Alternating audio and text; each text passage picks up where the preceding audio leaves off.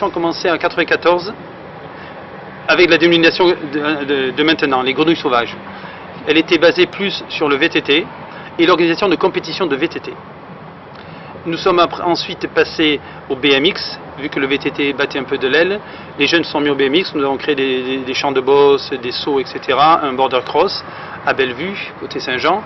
Et nous avons donc ensuite intégré le roller par demande d'enfants, spécialement des miens, et nous avons commencé à patiner sur le stade Van Der Poel. Je suis arrivé donc sur l'île en 1981, donc ça fait une paye. Et je me suis presque de suite mis dans l'associatif. Je pense que je suis tombé dedans comme Obélix quand j'étais petit. Et je me suis mis dans l'associatif et j'ai créé des clubs par club dans le but d'aider les jeunes de l'île à pouvoir faire des sports qu'ils ne pourraient pas faire à l'époque. Je ne suis pas rentré dans le classicisme, le foot, le vélo. Si j'ai pris vélo, c'est du VTT ou du BMX, etc. Donc j'ai essayé d'apporter un plus aux jeunes de Saint-Martinois. Le club s'est réalisé donc il y a très longtemps, mais spécifiquement le roller, nous avons eu la chance d'avoir monsieur le maire qui nous aide, et la Saint-Marc qui nous a donné donc la première dalle de la patinoire et le grillage. Le parc est fait, donc comme on vous a dit, de bois. On met des 2 par 4 qui tiendront en fait où les enfants vont rouler, le dessus. Okay, donc tout ça est construit à la main, coupé ici sur place et fabriqué avec certains enfants et certains adultes du club. Mais tous les modules ont été faits par nos propres soins. Okay, et petit à petit, en voyageant, on imagine et on voit ce que l'on pourrait faire, nous aussi sur notre parc. Donc cette année, on a transformé le parc par rapport à ce que l'on avait vu en France. La première grande rampe a été construite il y a 5 ans, il faut dire. Il y a 5 ans, nous l'avons donc construite dans mon jardin. Et elle est restée 1 an dans le jardin en attente de site, d'avoir un site où on pouvait la mettre. On a finalement eu ce site-là, donc on a réussi à la mettre. Et c'est une rampe qui permet, ce sont des rampes qui sont en fait la base du roller acrobatique, puisqu'elle permet d'apprendre à pousser. Si vous n'arrivez pas à pousser sur la rampe, vous n'arrivez jamais à monter, donc au bout d'un moment vous allez vous retrouver au milieu à l'arrêt.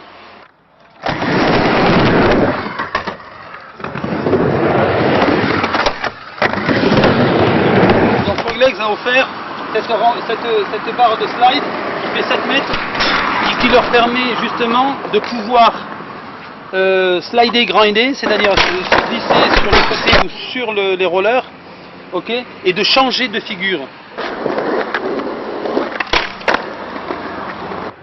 Un jeune intéressé par ce sport pourra avoir plusieurs formules. Il y a 6 formules, je pense. Il y a donc l'acrobatique. L'acrobatique est lui-même divisé en différentes formes. Il y a donc le parc, il y a la rampe, il y a le saut et le slalom. Même dans le saut, il y a 2 sections, saut en hauteur et saut en figure. Slalom, il y a slalom vitesse et slalom figure. Donc déjà, ça en fait pas mal en acrobatique.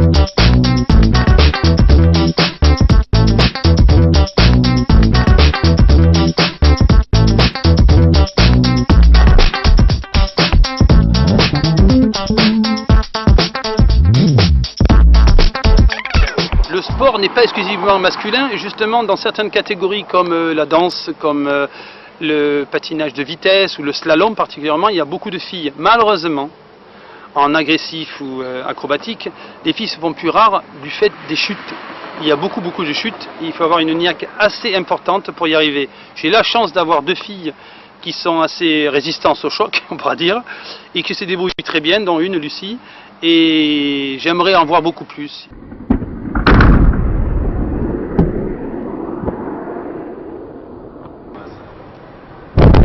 Au sein de la jeunesse saint-martinoise, comme tout sport, apporte un plus. À notre époque où la famille a abandonné, l'éducation nationale a abandonné, que reste-t-il aux enfants pour se sortir de la rue?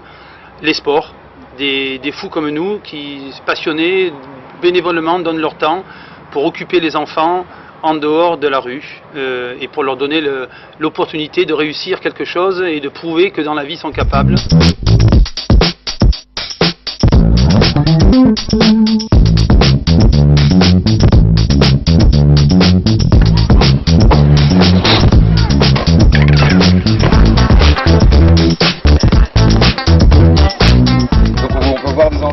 Qui essaie de pratiquer au début très doucement et très simplement, et ensuite on peut rentrer dans des degrés de difficulté qui seront bien autres.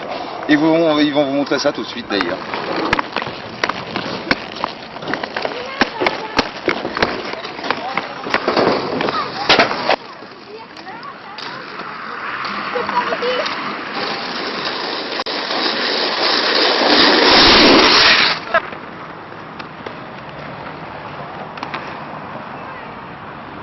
L'esprit de compétition est un esprit de toute manière, je pense, qui est dans l'homme, donc il sera de partout. Mais avant tout, c'est un sport de loisir, le roller.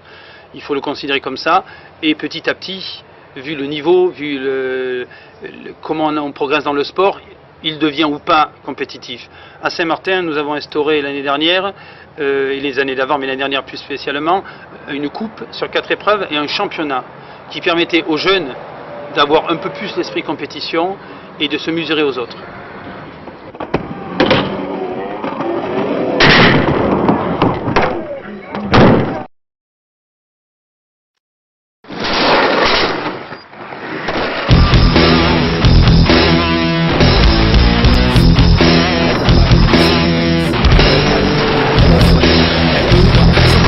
L'association a commencé en 1994 avec la dénomination de maintenant, les grenouilles sauvages. I'm good. I'm doing good. I thank you for this opportunity. This is the first time I'm on your program. It's not the first time on Youth Radio. Of course, I mean I know Youth Radio very, very well. But gracing my presence here on this program is the first time. I thank you very much for the opportunity. Yeah, you done labeled me a grand monsieur already, so I gotta polish up on the French, you know. But I'm good. Thank you for having me here, man. So MP, you call me Christian. I like to call you the MP because because when we watching MP Emmanuel social media, we say this MP. Anytime you talk, every time you talk, we got a feeling like Parliament building shaking. Well, why is that?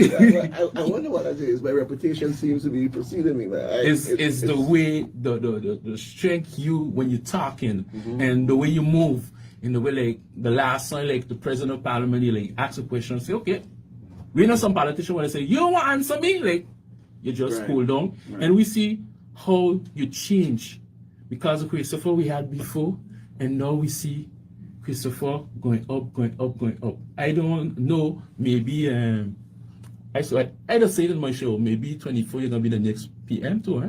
Almost definitely. So we know where we're going now. So MP, and my research, because I did do a little research before on my guest, and my research, I see you start politics on 2007 under PPA. So if I'm wrong, correct me. So how you reach in politics, because, and your family, for those who know, Tao is your uncle. So when we watch, most all the person on is vocal people, is vocal, like you gotta feel a passion with the talking, and boom, and be manual in politics. How you reach in that arena? Well, it's nothing new to me, I grew up in that. I grew up in that field. I grew up in that house. Whenever I speak to my aunt, she would always say my grandmother was that way from Rambo. Silvina, my mom was that way. So I grew up in the political arena. I grew up in the political house as it is. And my mother herself was a politician too with that. And I always tell people it's by divine intervention that I'm continuing a legacy or continuing what was started to finish. What was started, I always think and I always say at times, when your parents started a journey, it is for you as the children to continue that journey. And I think that's the role that I have to do. So I've taken it on, and I'm not shying away from it, Whether it's the good, the bad, the ugly, whatever comes with it, I take it on and I'm going to continue and finish the journey and the legacy that was started by the ones that came before me. So yes, I started my political career with the PPA under the leadership of Gracita Arundel. I think we started in 2003, 2007. We started, and I left well, I didn't leave the People's Progressive Alliance, the PPA. Is that it folded after a while when they joined with UP. Okay. And subsequently, because of that, I went and I joined the National Alliance, which originally was the home that I have known, I've grown up with. But when I came back from school and college, I wanted to be part of something new and different. So I joined PPA, but then I ended up back right at the home and the crown of the National Alliance, where we grew up of SPA, SPM, and National Alliance as it is now. Okay. So MP, we see after that election 20, if I'm not mistaken, number 2 in LA. And we see that's the work, the groundwork you do. We see you get 687 votes. And I have to. So now we see coalition coming in. You wasn't agree what went on. You never saw it. So what was your position at that moment? Because we say, me, I always watch MP Christopher is a dead NA. He don't move, he whatever. It's just like, and they have some soldiers, actual MPs too. Like left is left, right is right. So at that moment, what happened in your stand? When you standing, you're going to say, listen, I'm not agree with this. What's going on? And I think that's testamental to the person of who I am, to as well in all respect to the National Alliance and the foundation and the base that they have and how they have groomed their individuals to maintain the legacy of the National Alliance. However, I've said it and I've found myself to be in the position of having to explain the reasons why I am where I'm at today. The only problem that I have with being where I'm at today is why I didn't do it much sooner, because now I can see exactly what was wrong. And I told people, I said, the National Alliance have never won 8 seats. 8 seats is a majority in Parliament, but they have never won 8 seats. And whenever the National Alliance get into office or into government, it has been with the USP, with the political party that was founded with Frank Richardson. And I felt that at that time, when we finally had that chance for both of us to join, so basically it was the two houses of the same coming back together and having control of government, the National Alliance chose a different direction and joined with the individuals who have always looked to kick us out of office. And I have always said that you can't be ungrateful to people who have been grateful to you. And for that reason, I've decided not to sign on to the coalition agreement, because I felt that it wouldn't have been the best thing for us to do, the direction where they would have been heading or going. I didn't want to be part of that, so I didn't sign the coalition agreement. And eventually, you know, you start to distance yourself from the political party because you have done something that have never been done before by standing your ground and standing on what you believe in and being consistent for the principles that you brought to the political arena. And that's what I did. And eventually I left the National Alliance and went independent, and now I'm out here. So MB, when you watch the actual government, how do you feel? Because we know you was Minister of Romeo, and actual Minister of Romeo and Finance, and plus MP Bryson, we used to watch like, hey, these fellows is partners, they always together, and now opposition, majority. So when in politics, do you have to say, okay, with friend or whatever happened, I stand in my point, I'm not moving from my position? The thing is, they say politics make strange bedfellows. You know, you can be enemies with an individual as it is now, and then you can turn around and be friends. And I've seen it happen. They didn't want to join with the USP because to label what they said, USP as criminals. And USP as individuals who just stood on government, and USP have all sorts of different characters. That was the main reason of why they didn't want to join with USP. But here's the thing though, the government that's in office today, the two individuals that's holding that government together are from USP. The same two individuals that they didn't want to work with. They didn't want to have nothing to do with it. The same individuals, hence the reason why they didn't form the government with USP in the first place is the same individuals they are in office with today. So it's a quintessential definition of hypocrisy is what you're seeing there.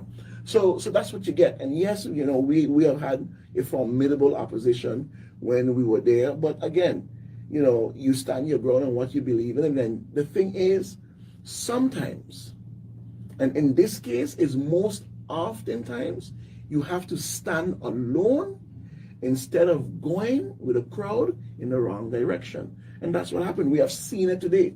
And the people of St. Martin is experiencing a political organization that is the worst in the history of St. Martin. It's the worst. And that's what we are seeing today. Because when we listen to the Prime Minister, she's saying it's more like, okay, we had COVID, we had Irma, it take long, the banks, loan. Today, when you watch this government, do you feel the country, St. Martin, move forward? Where? St. Kitts had COVID. Antigua had COVID. St. Kitts had Irma. Antigua had Irma. So I can understand the reasons for us using it. And then they are independent countries. We are not. But I'll tell you what it is, right? When you lack vision and you don't have the pulse of your people, the decisions that have been made by thrusting people in hardship, cutting their income, 12.5%, all the condition that was placed on St. Martin was placed on St. Martin by the government of St. Martin. Okay. With instructions from the Dutch. Nothing has changed. Nothing has changed. So when they use the excuse that we had COVID and we had hurricane and we had all these things, yes, we had all those things. But so did St. Kitts. And so did Antigua. And so did Montserrat. And so did St. Lucia. So did every other island within the diaspora. But what we have done here in St. Martin, we have put that burden, that hardship on the people.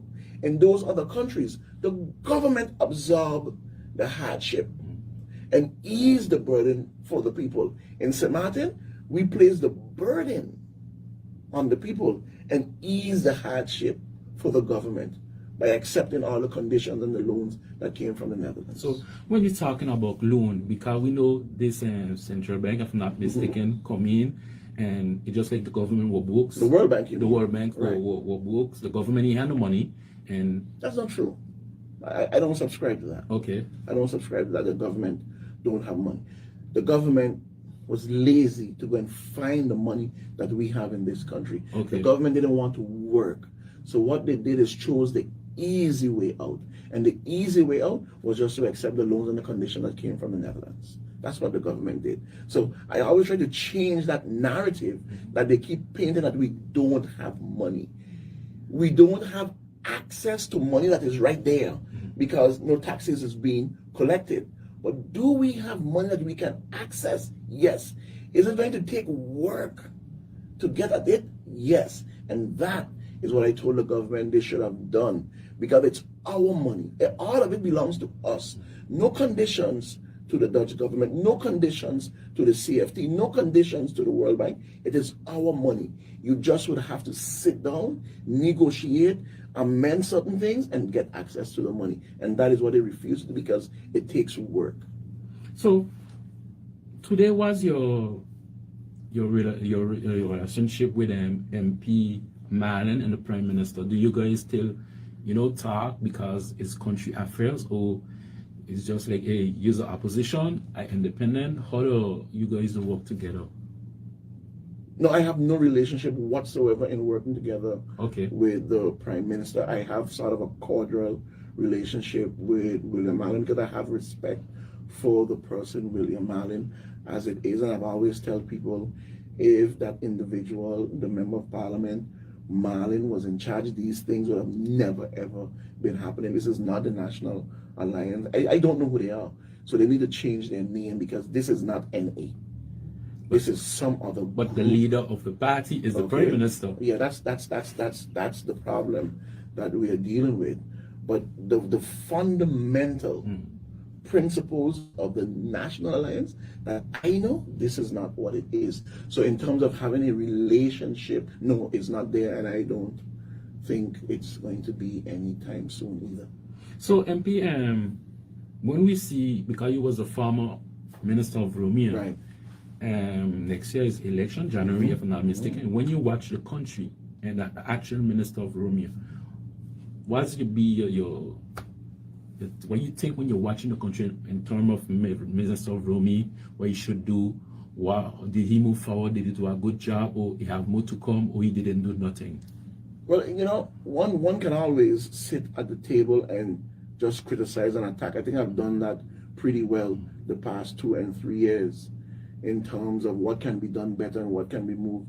I don't want to give no one the attention at this juncture into a election year and point at what can be done better and what should have been done. What I'm saying to the people of St. Martin is that this member of parliament, the leader of the now Nation Opportunity Well, has a plan.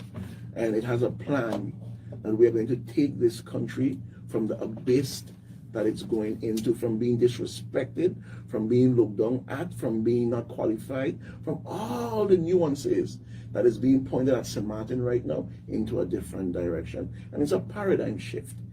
And it's a paradigm shift in terms of empowering our people, my people, the St. Martin people, who they are. So yes, I can sit here and point at the minister and say he didn't do this, he didn't do that, he didn't do it. I leave it up to the people of St. Martin to make that judgment as it is right now, because they have lived it. We have seen it. And the good thing with this government is that they have no excuses. They're coming up on 4 years. So they're the longest serving government. And look at their work. You have to judge their report card. Look at the work and you tell me what has been done. I can name a list of things that has not been done. But what I want to talk about and what I want to tell people, the hardship and the things that you are facing, we have a plan, we have solutions, and these are the things we intend to get done. So MP, October 22, we see the new party now. Almost a year coming up. And why? Because, okay, you went independent and that was the road to create your own party. Why now? I mean, hear what you say. I think the question is why not now? I think that's what the question should be. So what you're asking, why now, or why the name now, or why the party now, or why now to do all the above? From the time you were independent, we know a party was coming up. Yeah. But why you wait so long to launch the party? I don't think I waited long to launch the party. I think it took a lot of reasoning, it took a lot of discussions. It took a lot sitting down with your people and telling them, listen, you know, we need to get something done. We have to move forward now. And like I said, as a candidate, you can be selfish and just simply think on yourself. But when you sit back and see, like you made mention, where you came from. You came from 53 votes. Then you came to 78 votes. Then you went to, I remember when I broached 109 votes. I was on top of the world, even though I didn't get elected. And then from 109 to 243 and 260, and then 500 and something, and then 600. It tells you that you have increased. So you have captured an audience. And you have captured an audience because what? You have remained consistent and you have remained true. Not only that, you feel what the people are feeling. You have that demographic. You speak their language. So the only way now to move forward is to take the whole cow, and say, I'm coming with a political institution that's going to take this country into a different direction, and this is our fundamental beliefs. So that's the reason why there was no turning back. You can't. I mean, look, listen. You can't go back, and I'm not saying it because of what it is, and just because of derogatory, but for lack of a better word, you can't go back to your vomit as it is. And please quote me well. I'm not saying that's what it is. I'm using it as a term that is being used that you can't go back there. The only way from that is forward ever and moving ahead. So that's what it is. So since you're the leader of the party, so what we have no support. You have to be the leader of the party. Right. So when, as leader of the party of No, how do you see the country St. Martin economically? Because, you know, sometimes we say, okay, economically the country St. Martin better than not the French St. Martin. How do you see? I don't do that. Huh? I just no. You know, I have to. I'm sorry for being so straightforward and bold as it is. No, Yes, MP. you know, I mean, I know it's your show and it's your program, and I don't want to be disrespectful. So please don't look at it this way. But please, I am not separating St. Martin. Okay. There is you see this thing with one side economically doing well and then the French side. No, I don't do that. Okay. And the reason why I don't do that is because I can't split me in half. I can't do it. I voted in the first round for Jacques Hamelette, and I voted for the now President Louis Mussendon in the second round. I can vote on this side of the island. Okay. I have property here. Half of my family, right here, Concordia, I grew up. Right here. Right here, I grew up. And it's likewise the same thing for me on the southern side of the island. So when it comes to cooperation, and many people speak of this cooperation only when there's a festive time to do that. No, I don't do that. So I've never seen the island as a separate half of each other. I always see us as twins, as together, but sometimes we just disagree, but we love being together all the time, and it's family. And that's what it is. So no, I don't do that. However, has it been for a very long time that one side has carried economically the other side? Yes, it has been that way. We can start from the dawns of Mullet Bay. Majority of the individuals on this side will tell you we work at Mullet Bay. Why? Because we have moved into the age of tourism and hotels and casinos and all those sort of things. In addition to that, politically, right, we have been part of a group of islands, you know, that have progressively moved forward in the Caribbean. And St. Martin has been part of that, which is the Netherlands Antilles. So, and when you look at the northern side, you have remained part of the French Republic. And what happens in the French Republic happens on this side. So you're blocked in a stiff jacket of expanding and doing a lot of things that's going to benefit St. Martin. And I want you to understand me well. People that say, Chris, you know, you shouldn't say it no more. No, I'm not going to stop saying it. Listen to me, man. Right now, my only concern is St. Martin. That's my concern. That's my concern. Okay? I grew up, my first couple of years, I grew up in Angola. My grandfather from Angola, great-grandfather from Angola, mother grew up in Angola. We have property in Angola, but my concern is St. Martin. Not Curacao, not Aruba. Another thing, full of family there, full of property there. But my concern is St. Martin. That's my concern. Because all my eggs, everything is in this one basket, St. Martin. I am not even concerned about the Netherlands. I'm not concerned about them. What I'm concerned about is St. Martin getting what belongs to us, what is ours, and taking our country forward better, moving. And that's why I keep saying we're going to build this country on 7 pillars. And when I tell people this, seceding from the central bank is an essential point.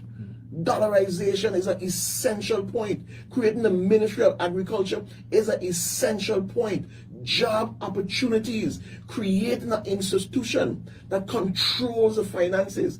These are things that fundamentally touches people. The development bank. You know, we hear all these things with oh yeah, we give entrepreneurs this and we give you see this nonsense where they just talk that, oh, don't show me how to fish, but teach me how to, even that in itself is rubbish. And people are saying, but oh, how can you say that, Chris?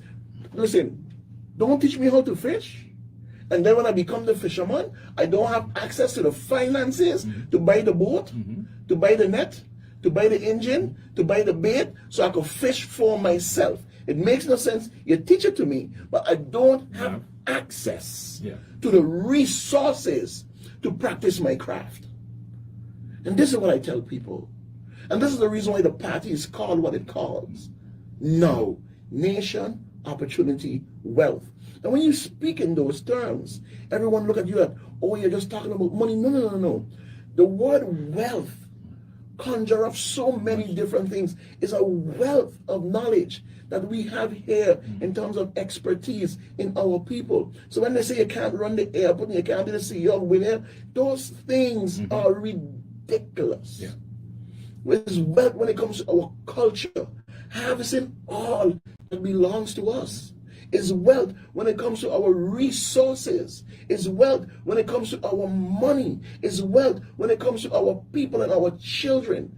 Giving them the opportunity to generate wealth. And if you live in a nation that doesn't bring the people together and don't give them the opportunity that they can generate that generational wealth for the next generation, then why are you in this? Then why are you doing this? These are the fundamental principles that I'm talking about. These are the fundamental principles that our country needs to be built on. Those are the fundamental principles that I grew up with, looking for your people to move your country forward. Why? Because your number one asset and resource in your country is your people. So, MP, we know election coming up, and everybody, I think, will pass beyond this mic will talk about minimum wage.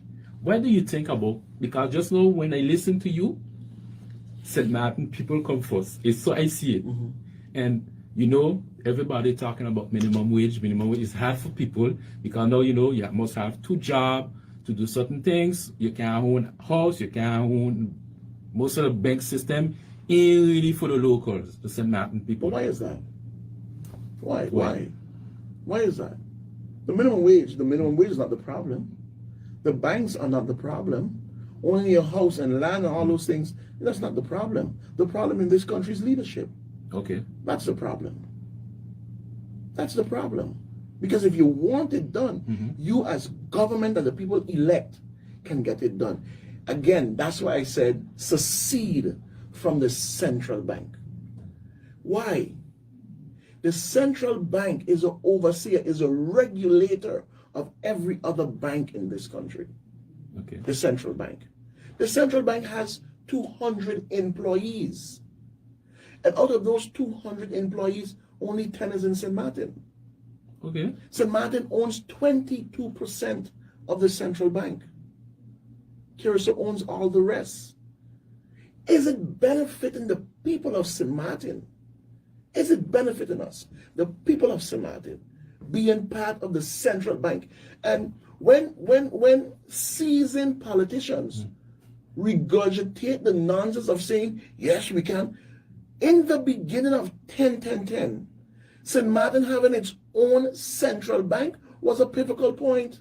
It is the Dutch government that forced St. Martin to be joined and maintained and kept the central bank with Curacao and St. Martin. You know what's an insult? You know what's an insult? Even here in St. Martin, when you look at the central bank, it's just a huge building there. That the World Bank today has taken up office in the central bank. Okay. And the central bank doesn't say the Central Bank of St. Martin and Curacao. No. It says the Central Bank of Curacao and St. Martin. Not even in St. Martin we can have the name that owns all that belongs to us. So to answer your question when it comes to the minimum wage, and I tell people, right, you have a minimum wage and you have it because of the industry your country is in, which is a high and a low season. But there are fundamental things that the government can do. For example, why should the people of St. Martin pay fuel clause? Why? When you get your bill from GEBE and it says 600 and 700 guilders, it's because 400 guilders is a fuel clause. That's the responsibility of GB and the government, not the people of St. Martin. They should not be paying it. Can you imagine if that is removed from your bill? The direct savings in one pocket? Just imagine that. And these are the things that I keep talking about. And you add that to your minimum wage, all of a sudden now you have moved up with a little bit more spending money. But no one else talks this way. No one speaks this way. Do you know why? Why? Because of the interest that controls those sort of things.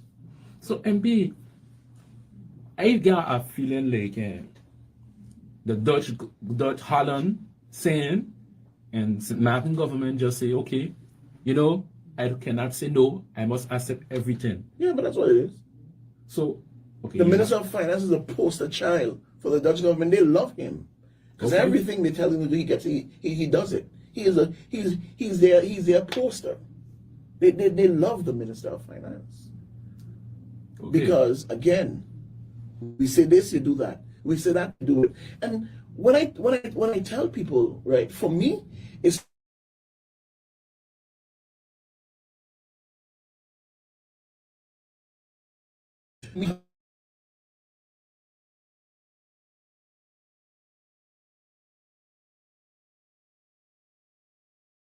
with you only, because in my country, this is what works, and this does not work. And I keep saying it all the time. St. Martin, within the former Netherlands Antilles, is unique and different to all the other islands. All of them. Why? Why? First and foremost, we have a French part of the island. That's the first thing. Saba don't have it. Statia don't have it. Curacao don't have it. Aruba don't have it. Bonaire don't have it. St. Martin has it. We share this island. Secondly, we are in the hurricane belt. Aruba is not. Curacao is not. Bonaire is not. So what works for them doesn't necessarily work for us. Listen, when you build in your house here, you better go 4 feet down in your foundation. True. Your columns better be tied on to that ring beam. And that ring beam, the steel is drilled into the beam. You bend the hook, you hook on that steel. Because if you don't do that, right? So for your roof to go, you have to go with a whole ring beam, the whole column, and uproot the foundation. In Curacao, they don't build with ring beam. Okay. In Aruba, they don't build with ring beam. In Bonaire, they don't build with ring beam. They don't have to do it. Why they don't have to do it? Because they don't get that type of weather.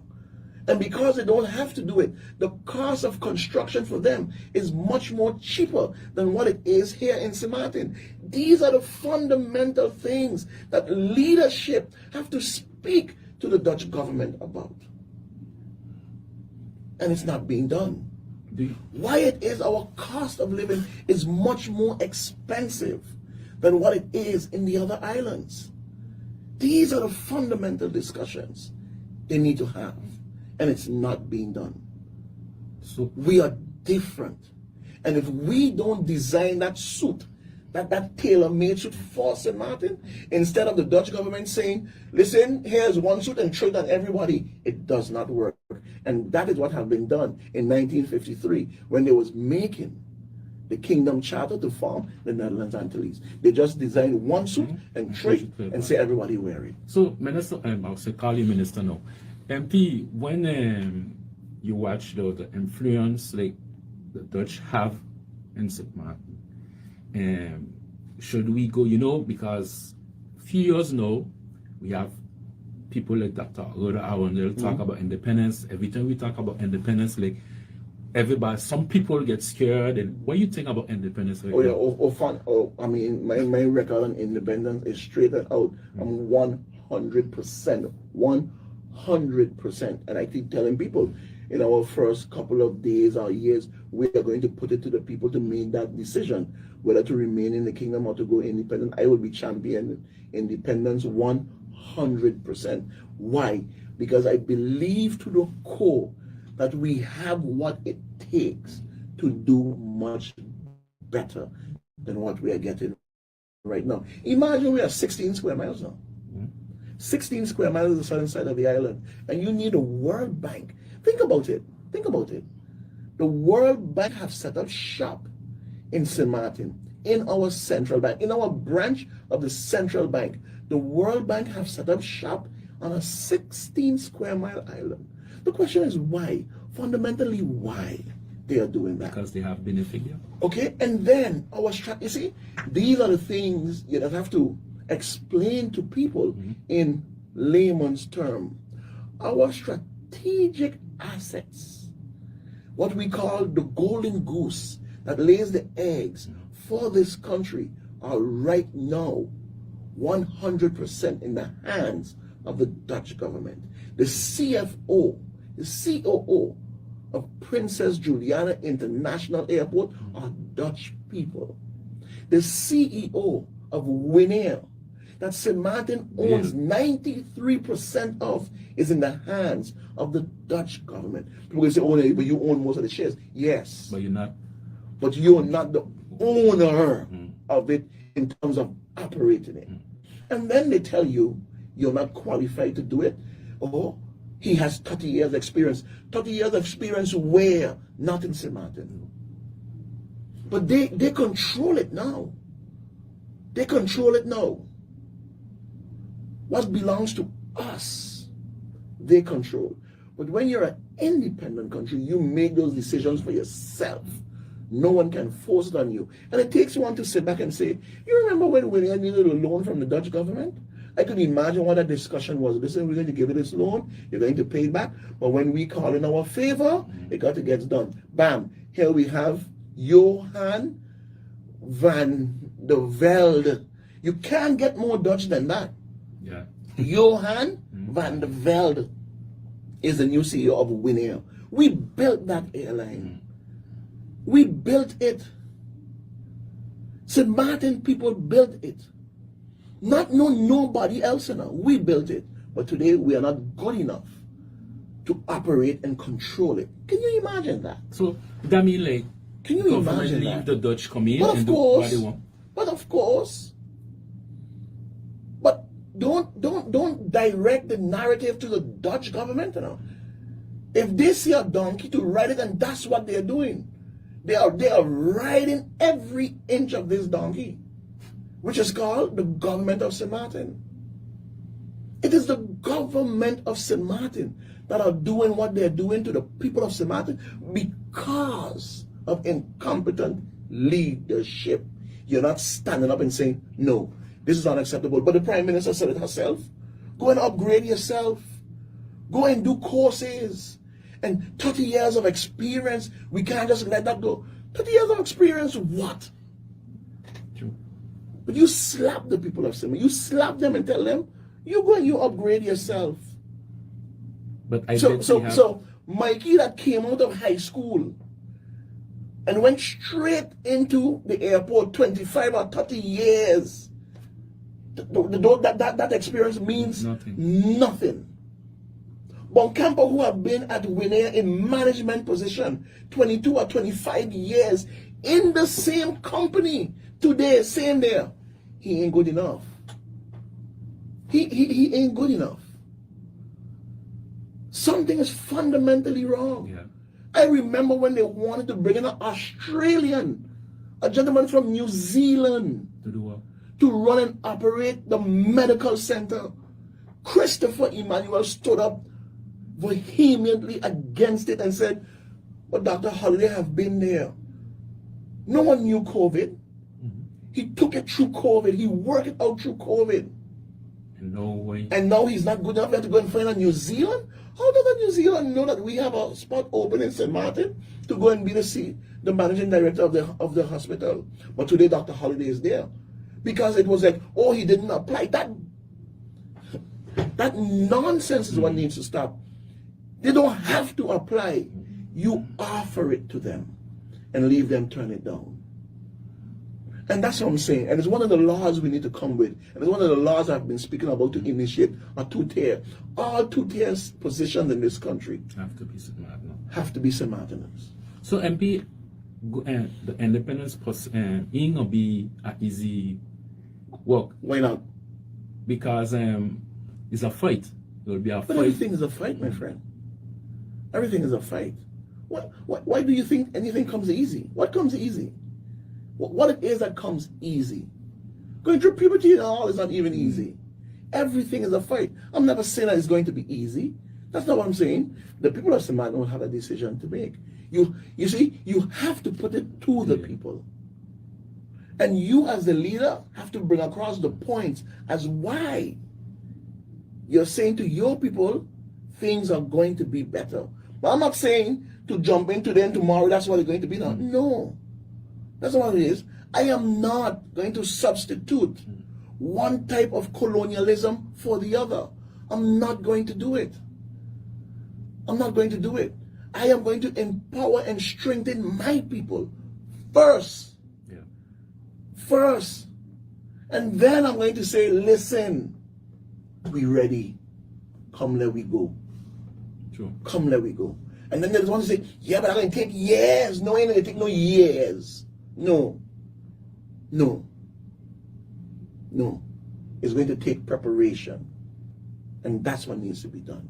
I don't know why we got to be scared. We be scared of what? What are you scared of? They came into my house twice now. This is the second time they're trying to lock me up, you know. This is the same thing just before election. Yeah. This is the second time they're trying to tarnish my reputation, destroy my political career. Maybe you say too much. Okay? They locked me up the first time now. Yeah. But they said Martin's got land though. They have land that this government don't want to finalize. Okay. Can you imagine that? And what they do, they're at it again. They're at it again, trying to lock me up again. For what? What did I do? Maybe the vision, MP, the vision. Okay. You know, sometimes when you don't have the same vision with what it is, we cannot and we should not allow this individual to get in power in this country because he's going to destroy our plans that we have for St. Martin and not the plans that St. Martin have for themselves. So, you guys know MP Emmanuel when he's speaking, he's saying what he have to say. So, MP, what's next? The next move for no party? I ain't telling you. No. I ain't telling you. You ain't telling me that? No, I have a very, very good friend. I respect her opinion to the utmost. Okay. And we haven't spoken as much as we used to speak before, but she always would call and say time and patience. Okay. Sure. Time and patience. And, you know, you always have to be aware of your surroundings. And you always have to be aware of timing. Because the Honorable Minister Louis Farrakhan said, you can be wanting to do the right thing, but if you're doing it at the wrong time, you're going to get the wrong result. So that's what it is, really. Have patience.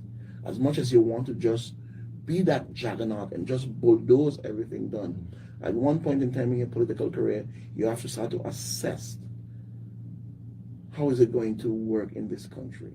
How are you going to deal with seniors? How are you going to deal with business? How are you going to give opportunity? How are you? And when I tell people that I have a plan, that we are going to take you out from being an employee to being a boss, where you have to manage your business. And when I tell people creating 100 jobs in 100 days, they just be like, it could never be done because they don't know what to do. They don't know what to do. So yes, you'll be seeing a number of things coming out from the Now Party. We are up to about 11 candidates as it is right now. Okay. We are talking to a few others, trying to get it up to 15 and move on with as much more that we got. But we have a solid 11 right now. We're in discussions with about another 4. And, you know, we are still talking to a lot of people. And we are asking them that this is an infant, this is a baby, you know, help us build it, be part of it, and be part of history, because we are going to win this election. And many people would say, boy, if I'd only this and if I'd only that. And there's a part in the Bible and the scriptures and say, you know, those who know it and don't apply it will be beaten with many stripes. And I'm saying this to St. Martin people, you know what I'm saying is true. And I'm still yet for anyone to prove me wrong with the things that I have been saying, brother.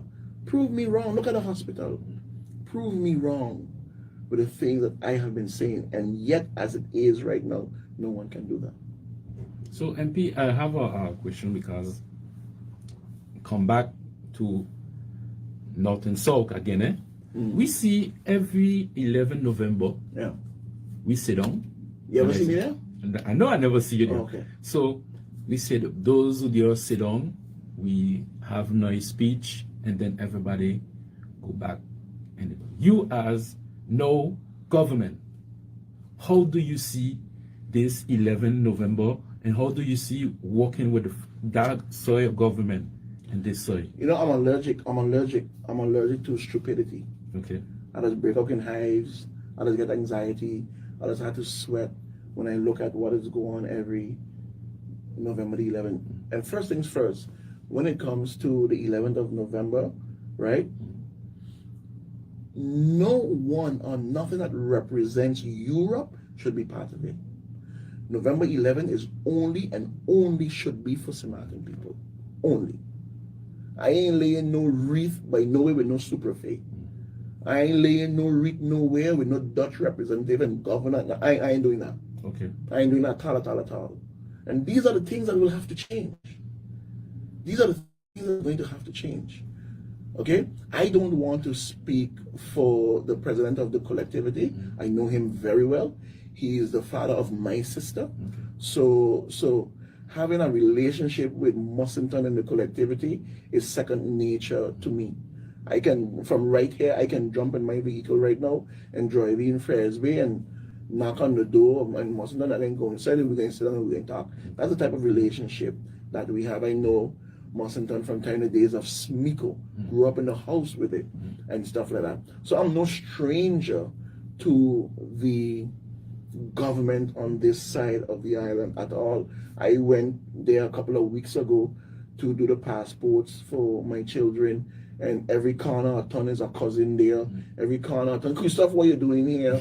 Is that, but with the papers and MB, but I see about the family there the other day, and that's my relationship in the collectivity. I could call my cousin right now, Fabi. I could call any one of them and tell them I need this paper, I need that paper. Well, tell me when you're coming and I have it there for you. So I am no stranger.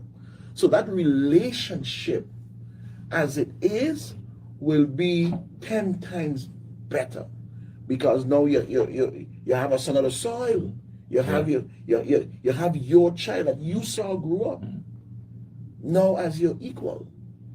So if you don't know the reasons why I've left, but now you know. And if you don't want to work, then you don't have to. But when it comes to cooperation, right? I don't have to cooperate with my brother. I simply have brotherly love for my brother. So it's automatic. You can imagine the French side or the northern side got to go to France to get the permission that we could bring water from here to bring it over here, and every day you're buying heavenly water from over there, and heavenly water is from GB. When you go to every store, over here, they got heavenly water now. I'm my mother water, so don't. Like your mother water? No, but I'm trying to show you. I'm trying to show you what it is. The government needed to go and get permission from France to take water from the southern side, which is GB water. But every day you're seeing the heavenly water truck coming from the southern side over to the French side to bring and sell GB water. And they need permission for that. You see the red tape? So here we are as a black country. Black leadership need permission from white people to get water from your black brother, okay? So that sustenance can be available on the other side of the island. If that ain't ridiculous, then what is? Because you take more word from more, because we're coming to slavery. Because the last time we see, I think it was in Holland, and this museum system, and they want to give you guys, but leave it in Holland, and so again, that's another thing. Disrespect. The king just apologized for slavery, and what is good with the apology from the king is that he labeled it a crime against humanity. So now that you have acknowledged it was a crime, criminals have to pay. They either pay by going to jail, or they have to pay monetary wise to the victims that they have caused that harm. And now the present generation of Dutch people didn't cause the harm in terms of trafficking my ancestors from the continent of Africa to this part of the world. However, they are benefiting from it today. Yeah. And because they are benefiting from it today, they have to pay for that. And that's just what it is. So MP, we know election coming up. Yeah. January 24th. I think well, the last election it was the 9th of January. So We in 2020 we had elections. I think that's when it was, the 9th. So we know for sure sometime in January. You know, and even if government fall now and stuff, the preparation and the time that is going to take, it's still going to roll us into the new year of 2024. So I can safely say that yes, we can look forward to elections in 2024 in January. Yeah? Because MP, since 10, we always have coalition. Yeah. Do you think about this option, or you say, listen, I go to this fight, I have to be the next government? No, we will be. The now political party will be the next government come 2024. That's what I'm saying to the people of St. Martin. So, you know, get on board with us. The now train is coming our way, and we are heading, okay, into the right direction. Don't follow all the rest of them going in the wrong direction. And challenge me on the things that I've said. Hold me accountable for the things that I've said. So yes, you know, you make mention of joining with a coalition. Leave the chips fall where they fall, and when that day come, we deal with it. But right now, I'm in a coalition with God, and God is directing where we have to go, and that's the coalition I'm going to stick with right now. Okay, that's MP. You know, when MP Christopher says something, he a fighter. I know you're a fighter. I know why he's saying you're a fighter. So MP, now, why you guys have a Phoenix? Because, you know, Phoenix mean a lot. No, Phoenix don't mean a lot. Okay. Phoenix means one thing, okay? And one thing only, rising from the ashes. Okay. And I rise again. And that's what a Phoenix is, and that's what it came out for me after Hurricane Irma, after COVID. And everyone always put their mouth and their tongue on St. Martin that we dead, we flat, we and this and we and what happened? We always rise again. And that's what the symbolism of the Phoenix is, rising, moving forward. You know, there is no stagnation for us as a political organization and a political movement. We are constantly rising. We are constantly moving. We are constantly growing. And with that, you thrust your people forward. You thrust your people forward. And that's the representation of the Phoenix, always rising. Forward movements, backwards never. So MP, my last question. So you have a message, especially for the young people, because you know sometimes it's both. Young people come first, and he's still young. And for those, because my research, I know how he is. He's still young. He's still young.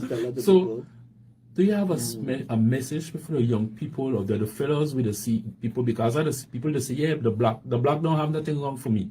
Because the black is a couple fellows sitting together. And I used to be on the block. So exactly. Who tell you they want to come off for the block? What's wrong with you? Exactly. So do you have a message of hope for those young people to listen to you? Why should I have a message of hope? They're not hopeless. They're not hopeless. You see, and that's what I'm saying. That you see that narrative? These are the things we have to do away with. Each and every one of those individuals that we see there is somebody's child. Is somebody's daughter and somebody's son. Well, they're not hopeless. My message is for a specific group of St. Martin. My message is a message for the people of St. Martin, the nation of this country. Because again, I'll tell you this, right? We inherit a country from our parents, right? Yeah. That's what we did. We inherit a country from our parents, and we are borrowing this country from our children. So it covers every generation of this nation. And it is within us to do what is good and what is right for that generation that have given it to us and for the next generation that's going to inherit this. And this is what I keep saying. As it is right now, our seniors, our parents and grandparents are suffering under this government. And as it is right now, the next generation will be saddled with a mountain of debt because of this government. Oh. And I am saying, you give them now that opportunity, and things can and will be different. It's a paradigm shift. We have never had a country with leaders and leadership that is saying, my concentration is only this country and all that is for St. Martin. I want it. I want it all. France and Holland, when you send in money, don't send no $100 to Guadeloupe and then tell Guadeloupe, yeah, but give St. Martin some. Holland, you don't send no $100 to Curacao and say, yeah, but take a $10 and give Aruba. No. Give me my $100 for me. Give me my own $100. Don't negotiate my $100 with nobody else. Because TEOs is mine. You just might happen to have it because you traffic my people and make a lot of money off of it. But it's my money. Give me what is mine. And don't come tell me going to take years. No. I want it now. I want all of it now. Why? You know why? No. Because the people of this country deserve good and proper, decisive, and caring leadership now. So guys, MP say everything, leader of no party, MP Christophe Yes. Emmanuel. So don't forget, election is 24. I believe I will have him before election. Definitely. So now he know where to find me. I'm going to be doing a very, very strategic, fundamental campaign on this side of the island. So MP know both sides. Right. He don't have no side. He just all over. I tell you, listen, I grew up in Rambo. That's where my family and everyone is from. Okay? When we moved from Rambo, the first place we lived after that was Hamadipo. We lived there in Hamadipo. And then I live in Concordia. All my friends was in Sandy Grove. Okay? Grew up with cousins and things in St. James.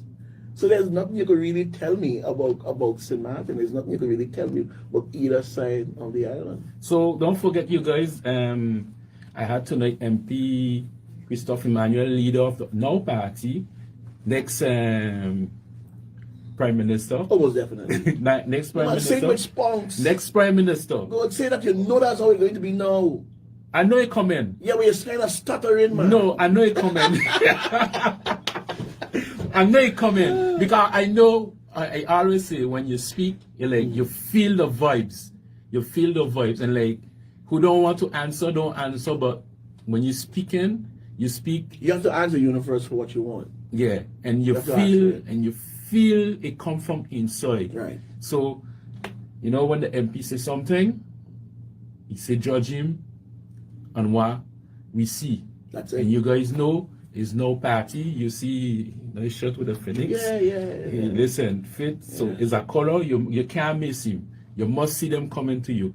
I know you got MP former MP Bacampa and both with you. Yeah. So we see a lot of them coming youth radio to say why they'll be coming. We have MP Bacampa, we got Killan Bellat, we got Ryan James, we have a number of ladies that we coming up with. We'll be launching them all together. We have Kenneth Smith, we have a number of individuals on the list as it is right now. We have Eddie Scope, you know, and these guys are dynamic. They are perched right now, sitting and waiting for Emmanuel to say loose.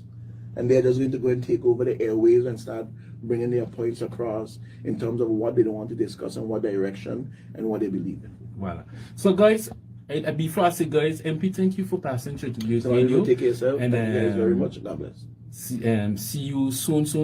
Yes, So guys, is you know what I like with MP? He was before time, we done in time, so I can't get beat up for nobody. Say I take the time. So we was in time. So I would like to tell you guys, thank you for following us, listening to us, those on Facebook, Twitter, and don't forget tomorrow night we have the awake, former awake by the collectivity. So we have a chance to see him pay respect, and then we go Friday funeral. And how I say, if you driving, don't drink. If you drink in the club, you start to see double, sleep in the club. And then see you guys jeudi.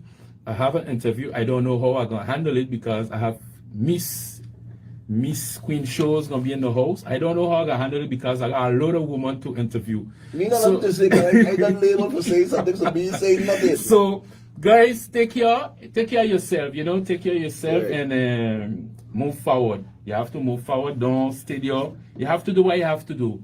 Okay? And people might criticize, people might don't like you because you want to move forward, and that's part of life. Everybody cannot like you, and then you move forward. So good night. For those who going Dasoy, be safe. Those who going Dasoy, I know MP you're not done yet. No, from here it's from another radio station. So MP just crossing on the other radio station. Yeah. So Yeah. we thank you, and thank you to all listeners. And I have to say good night to Aunt. Yeah. But she right there. So I know she listening. So you guys be safe, and see you guys jeudi, same place, same time at Youth Radio, and take care of yourself. And I think Starley, the technician in the back, yes, he's part of the show. I gotta say thanks because without me, I ain't no technician. I have technician in something else, but not in the radio. So guys, have a nice night. So I'll be take care of yourself. God bless you guys. Good night. See you later.